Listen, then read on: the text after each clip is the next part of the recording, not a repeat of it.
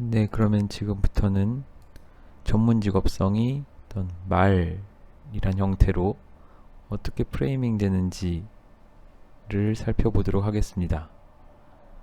여기서는 담론이라고 표현을 했는데 결국 담론이란 것은 말에 대한 것이고, 그 말이 중요한 이유는 이 말이 우리의 사고를 빚어내는 방식, 그러니까 우리의 사고에 영향을 주기 때문이죠. 물론 사고뿐만 아니라 행동에도 영향을 줄 거고요.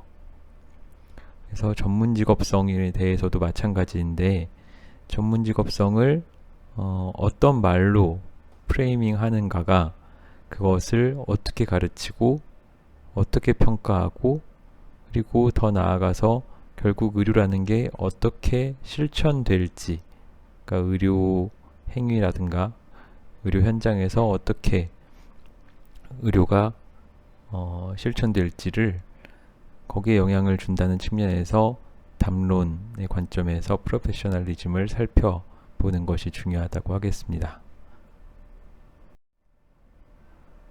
말의 최소 단위인 어떤 단어로 이제 살펴본다면은, 단어는 어떤 개념을 나타내고, 그래서 시계라는 단어가 있으면은 시간을 확인하는데 사용하는 물체를 시계라고 하죠. 그리고 시계에는 여러 가지 종류가 있지만 이런 어떤 눈에 보이는 물체에 있어서 기표와 기의, 그러니까 시그니파이어와 시그니파이드라고 하는데, 시계라는 단어가 시그니파이어가 된다면 시계라는 단어에서 보여주게 되는 어떤 그런 물체, 혹은 그것이 의미하는 바의 관계는 이제 꽤 단순하고 직접적이겠습니다.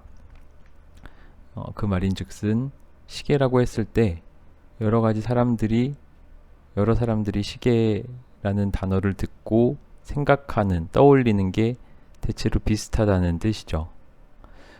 그런데 전문 직업성이나 이타주의, 정중함, 폴라이트니스일 것 같은데, 이런 추상적인 개념은 기표와 기의의 관계가 훨씬 더 복잡해지게 됩니다. 그러니까 사람마다 혹은 맥락마다 어떤 각자 서로 이해하는 바가 다르고, 따라서 전문 직업성이라는 단어를 들었을 때 사람마다 각자 다양한 방식으로, 각자 나름의 방식으로 이해하게 되죠.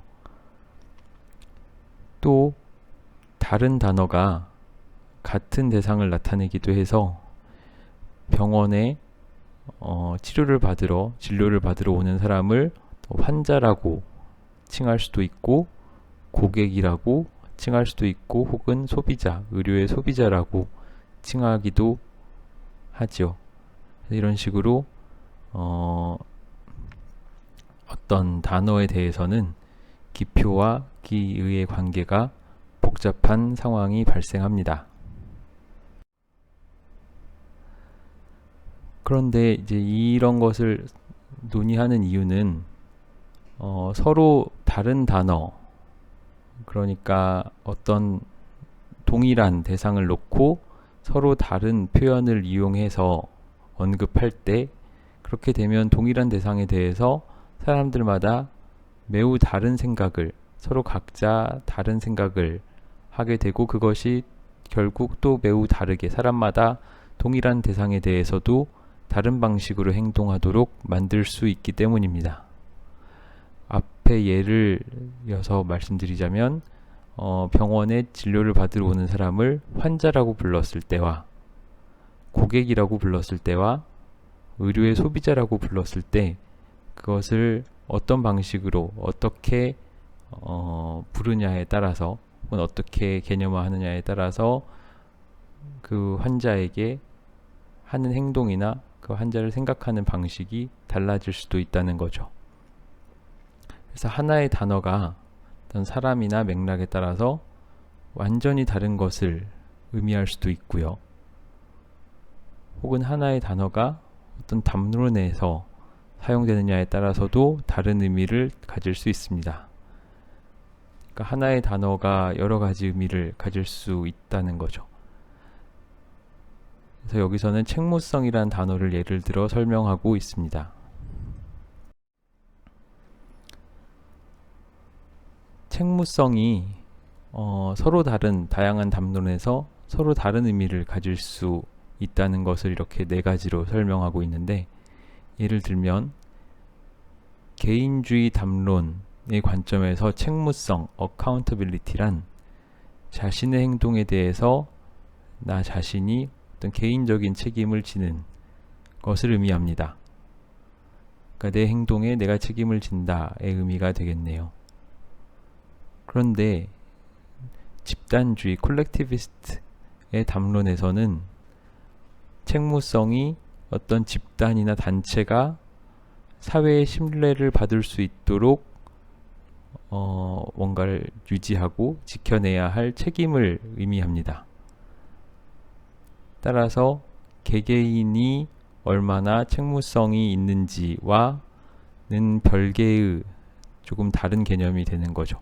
집단이나 단체가 어떻게 행동하느냐에 대한 것이기 때문에 개인주의 담론과 집단주의 담론에서 accountability는 서로 다른 의미를 갖게 되고, 또 다시 대인관계 담론에 있어서 책무성이란 자신의 행위나 부작위, 그러니까 내가 무엇을 하거나 하지 않는 것과 관련이 있거나 혹은 그 하거나 하지 않음으로 인해 영향을 받는 사람들에 대해서 설명을 하고 해명해야 될 책임을 의미하는 것이 대인관계 담론에서의 책무성입니다. 또 조금 다른 측면에서 복잡성 담론에서 책무성을 보자면 시간 변화에 따라 어떤 행위자와 구조가 계속 변화하고 역동적으로 바뀌는 이런 것들을 복잡성 담론에서의 책무성의 의미가 조금 더 강조하게 되는데, 이런 식으로 이 슬라이드에서는 같은 단어라도 어떤 담론에서 사용되느냐에 따라서 다양한 의미를, 서로 다른 의미를 가지고 있다는 것을 보여줍니다.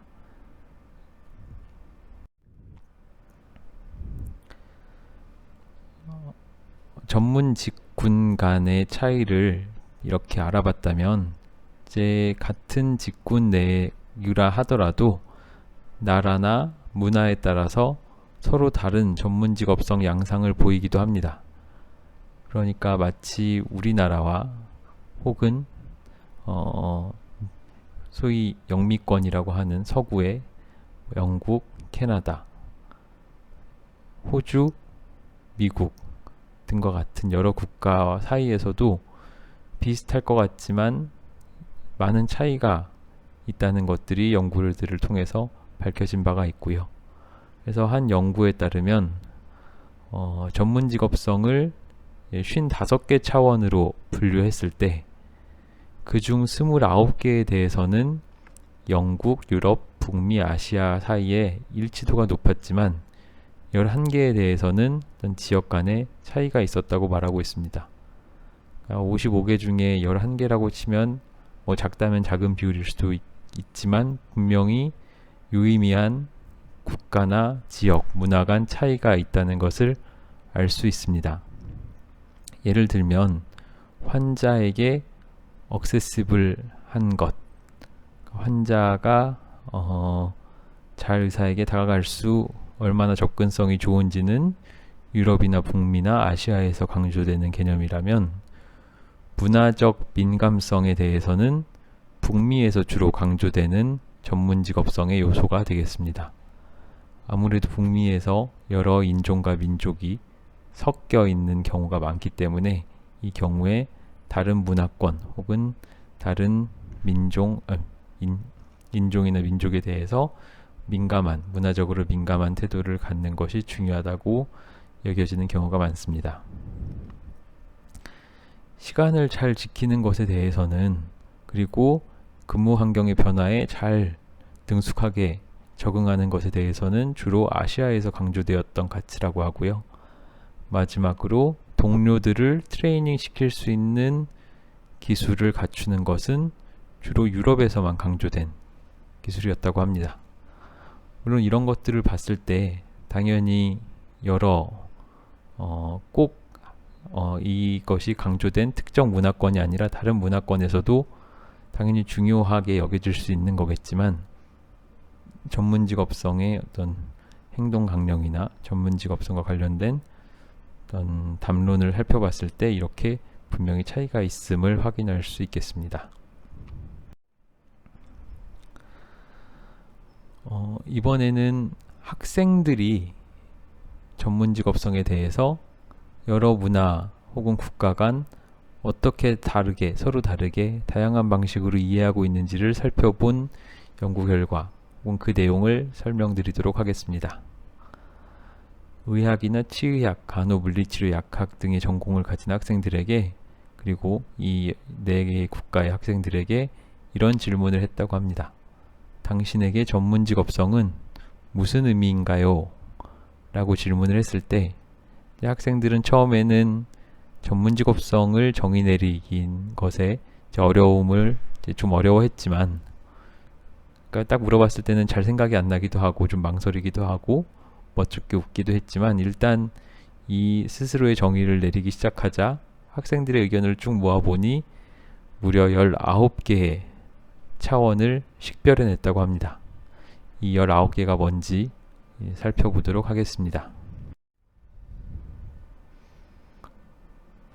그래서 학생들이 가장 많이 전문 직업성을 이해하고 있는 방식 중에 하나는 규칙으로서의 전문 직업성입니다.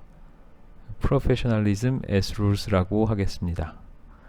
그래서 규칙을 따르는 것이 학생들이 생각하기에는 가장 흔히 생각하는 전문 직업성의 방식이었고요.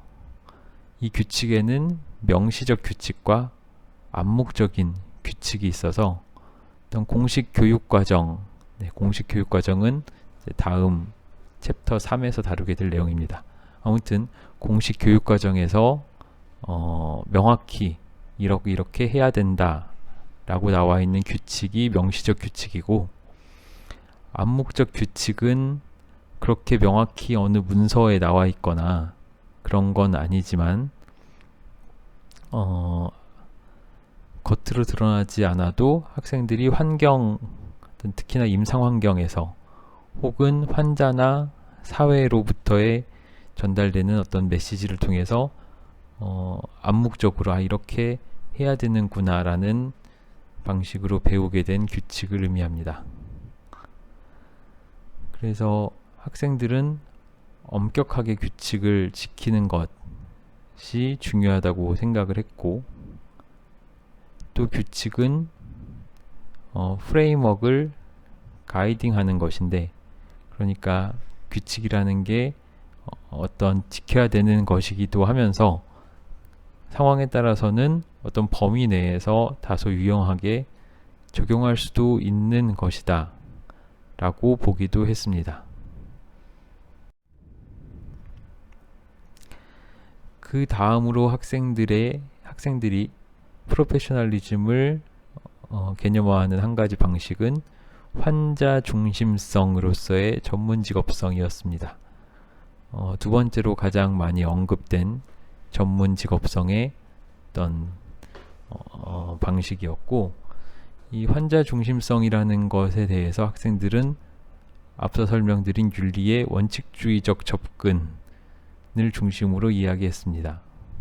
그래서 학생들이 생각하는 어떤 환자 중심성이란 환자를 우선시하고 환자를 존중하고 환자를 어떤 하나의 사람으로서, 그러니까 단순히 질병으로 취급하는 것이 아니라 하나의 사람으로서 대접하는 것, 그리고 환자와의 신뢰를 쌓는 것, 의사소통하고 적절한 방식으로 환자 및 환자 가족과 의사소통하고 환자의 존엄이나 자율이나 비밀을 지키는 것, 이런 것들이 학생들이 생각하는 환자 중심성으로서의 전문 직업성이었습니다. 이 앞 슬라이드에 있는 규칙으로서 전문 직업성과 환자 중심성으로 전문 직업성은 상당히 다르다는 것이 확연히 느껴지죠. 그래서 이 영상의 초반에 말씀드린 바와 같이 같은 전문직업성이라는 개념도 어떻게 이해하느냐에 따라서, 혹은 내가 이 전문직업성이라는 개념을 어떻게 받아들이고 있느냐에 따라서 전혀 다른 방식으로 생각하거나 판단하거나 느끼고 행동하고 하는 것들에 모두 영향을 줄 수 있을 것이라는 것을 쉽게 짐작할 수 있겠습니다. 학생들의 이야기에서 또 나온 것은 외양, 겉으로 보이는 모습으로서의 전문직업성입니다. 여러분들이 만약에 본과 3학년이 돼서 임상실습을 돌게 될 때 많이 신경 쓰는 것 중에 하나가 내가 다른 사람들에게 어떻게 보일까, 나의 옷차림이나 혹은 나의 가운이나 혹은 내가 가지고 다니는 어떤 물건 혹은 이런 것들이 어떻게 보이는지를 되게 특히나 초반에 많이 신경을 쓰게 될 텐데, 이런 것들은 다른 나라에서도 마찬가지였던 것 같습니다. 그래서 전문직처럼 행동하고 전문직처럼 옷을 입어야 한다는 그런 것을 학생들은 많이 느끼고 있었고, 이렇게 겉으로 보이는 외양이라는 것에는 이런 행동과 옷차림 외에도 말이나 태도, 눈맞춤, 바디랭귀지, 시간 준수나 위생과 같은 것들이 외양으로서의 전문직업성이라는 측면에서 주로 중시되는 것들이었습니다. 네, 다시 한번 규칙으로서의 전문직업성, 환자 중심성으로서의 전문직업성과 또 이 외양으로서의 전문직업성은 전혀 다른 느낌으로 다가올 것 같습니다. 근데 이 외양으로서의 전문직업성이 여러 학생들에게는 상당히 인위적이라고 느낄 소지가 있습니다. 실제로도 그렇죠. 왜냐면은 그렇게 의사처럼 예를 들면은 본과 3학년이 돼서 정장을 입고 넥타이를 하고 그 겉에 가운을 입는 것이 나에게는 그다지 자연스럽지 않고 또 진짜 내 모습 같다고 느껴지지 않기 때문에, 그래서 매우 인위적으로 느껴질 것입니다. 임상실습을 나왔기 때문에 마치 더 어른스럽게 행동해야 할 것 같은 느낌을 받을 수도 있고요. 나는 비록 아직 학생이지만 가운을 입었기 때문에, 그리고 병원에 있기 때문에 실습을 도는 기간에 더 전문적인 척하는 행동을 해야 될 수도 있을 것 같고, 그러면서도 동시에 어떤 사람은 나의 모습을 보고 프로페셔널하다고 봐주기도 했지만, 또 다른 사람은 나를 그렇게 봐주지 않았고, 따라서 나의 외양이란 것은, 혹은 나의 외양이 전문직업성에 부합하는지는 보는 사람에 따라 다른 것 같다라고 이런 생각들을 하였다고 합니다. 이런 것들이 외양으로서 전문직업성을 개념화하고 그렇게 이해했을 때 학생들이 생각하게 되는 것들이고요. 그 다음으로는 어떤 전문직업성을 개인의 속성으로 이해하고 있는 학생들도 있었습니다.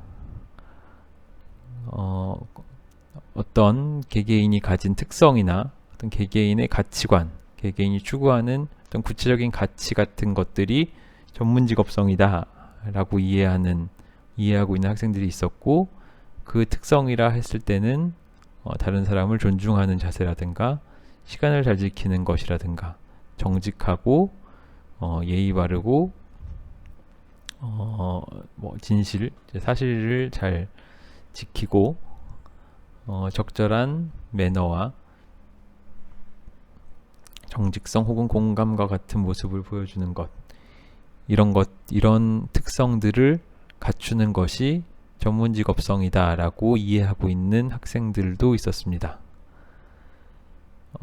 개인이 가진 특성이기 때문에 이는 개인주의 담론, 그러니까 앞서 accountability, 책무성의 4가지 담론 중에 한 가지가 개인주의 담론이 있었는데, 그런 개인주의 담론과 연결되어 있다고 볼 수도 있고요.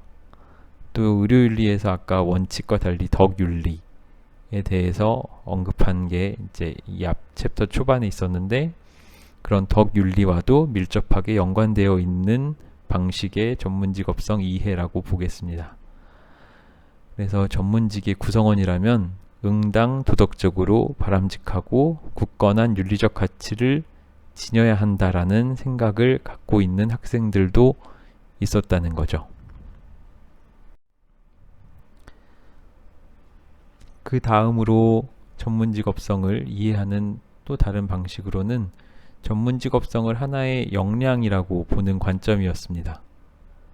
그래서 역량이라고 전문직업성을 이해했을 때는 전문직업성을 갖춘다는 것은 임상적 윤리적 역량을 갖추는 것과 같은 의미였고, 동시에 역량을 갖추는 것과 동시에 내 역량의 한계를 아는 것도 중요한 요소였습니다.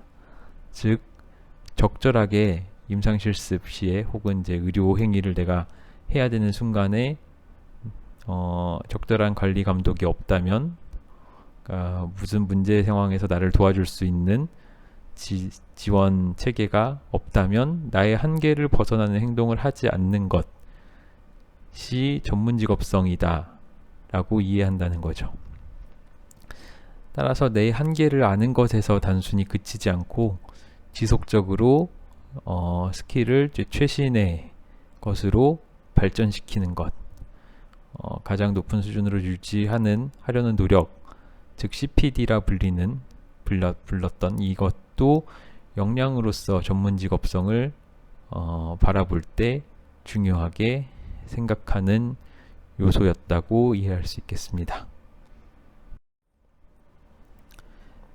네, 지금까지 전문직업성을 어떤 문서라든가 말에 관련해 가지고 봤다면, 마지막으로 정체성과 관련된 내용을 조금 말씀드리고 마무리 짓도록 하겠습니다. 네, 의학교육의 두 가지 목적이라고 하는데, 역시 다른 책에서 가져온 슬라이드고요. 우선 당연히 지식과 기술의 함양은 의학교육의 중요한 목적이 됩니다. 하지만 전문직의 정의에서 말씀드린 것도 그렇고, 앞서 트레이닝이 사회화와 어떻게 다른가 라는 측면에서 말씀드린 것과 같이 지식과 기술만으로는 혹은 이 두 가지가 의학교육의 모든 목적이라고 할 수 없습니다. 나머지 하나를, 이제 두 가지 중에 나머지 하나를 굳이 이제 꼽는다면 그건 전문직 정체성 발달이 될 것이고요. 전문직 정체성 발달이라고 하면 의사처럼 생각하고 행동하고 느끼게 되는 것을 전문직업적 정체성 발달 (Professional Identity Formation이라고 일컫습니다. 이러한 측면에서 보자면 프로페셔널리즘, 전문직업성을 교육한다는 것은 정체성과 밀접한 관련이 있습니다. 그래서 전문직의 정체성, 프로페셔널 아이덴티티는 이미 학생들은 역량이라는 것을 어떤 전문직업성의 핵심 요소로 인식하고 있다는 것을 이 앞에서 확인을 했었죠. 한양대학교 의과대학 역시 역량 중심 의학교육 혹은 성과 바탕 의학교육을 목적으로 하고 있고, 그에 대해서는 제가 오리엔테이션에서 말씀드린 바가 있고, 이런 역량 중심 의학교육 (Competency Based Medical Education이라는 것은 비단 한양의대뿐만 아니라 어떤 이미 전 세계적인 의학교육의 큰 흐름 중에 하나입니다. 이때 역량, 보건의료 전문직업성에서 역량이란 거는 이처럼 역량 중심 의학교육이라는 관점에서 이미 아주 강력한 큰 흐름이자 담론을 형성하고 있는데, 전문직업성에 있어서는 단순히 무언가를 하는 것을 넘어서 그러한 전문직이 되는 것을 강조하고 있고요. 이것이 이제 정체성 담론을 이루고 있습니다. 역량 중심 의학 교육에서 분명히 무언가를 할 수 있게 되는 것, 예를 들면 어떤 술기라든가 환자 진료라든가 병력 청취 이런 것을 할 수 있는 그런 지식과 기술을 익히는 게 중요하지만 전문 직업성의 관점에서는 되는 것, being이라는 것이 조금 더 강조된다는 의미입니다. 그럼 된다는 것은 무엇이냐 라고 했을 때 전문직이 된다는 것은 단순히 역량, 그러니까 지식이나 기술을 습득하는 것 그 이상을 말하고요. 그렇다면 그 이상 뭔가 어떤 것이 포함된지 본다면 먼저 의료인이 되는 것, 그리고 다른 의료인과 나를 동일시하는 것, 그리고 나의 본질의 전문직이라는 그 정체성을 통합하는 것이야말로 제 전문직이 된다는 것, 단순히 하는 것을 넘어서 되는 것을 의미합니다. 이러한 관점에서 전문직이 되기 위하여 배운다는 것은 정체성이 진화하고 발달하는 어떤 그런 과정이고, 그런 측면에서 규칙을 따르고, 앞서 규칙으로서의 전문 직업성이 있었죠.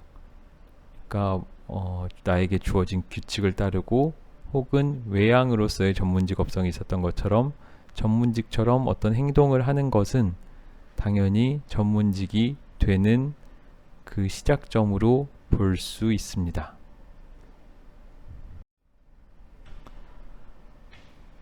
그런데 단순히 그렇게 규칙을 따르고 전문직처럼 전문직인 척 혹은 전문직 다른 선배 전문직이 하는 것을 따라하는 그런 것을 더 넘어서 조금 더 어떤 그 정체성이 발달하고 내 정체성에 통합되게 되면 전문 직업성에 대한 이해가 조금 더 정교해질 수 있습니다.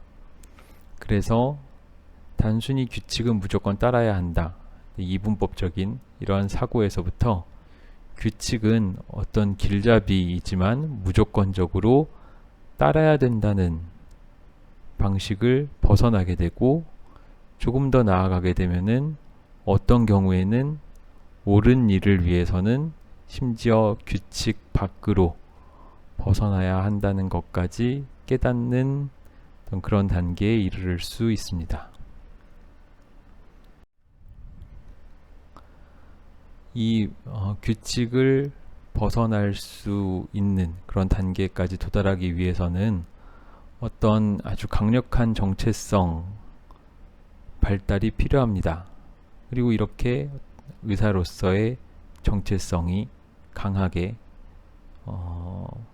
발달하기 위해서는 아주 긴 시간에 걸쳐서 긴 시간에 걸친 어떤 수련과 배움을 통해서 실천적 지혜를 갖춘 보건의료인이 되었을 때 비로소 정체성이 충분히 발달했다고 볼 수 있고, 이 상태는 단순히 역량만을 갖춘 것이 아니라 조금 더 포괄적인 능력, capability라고 부르는 그런 능력을 갖게 된 상태로 보고 있습니다.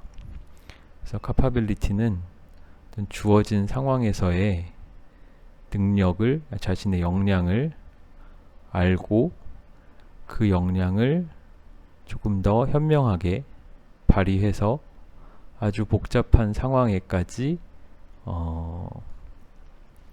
적용할 수 있는, 충분히 도덕적인 판단을 내릴 수 있는 그런 능력, 단순히 역량을 넘어서는 그런 능력을 말합니다.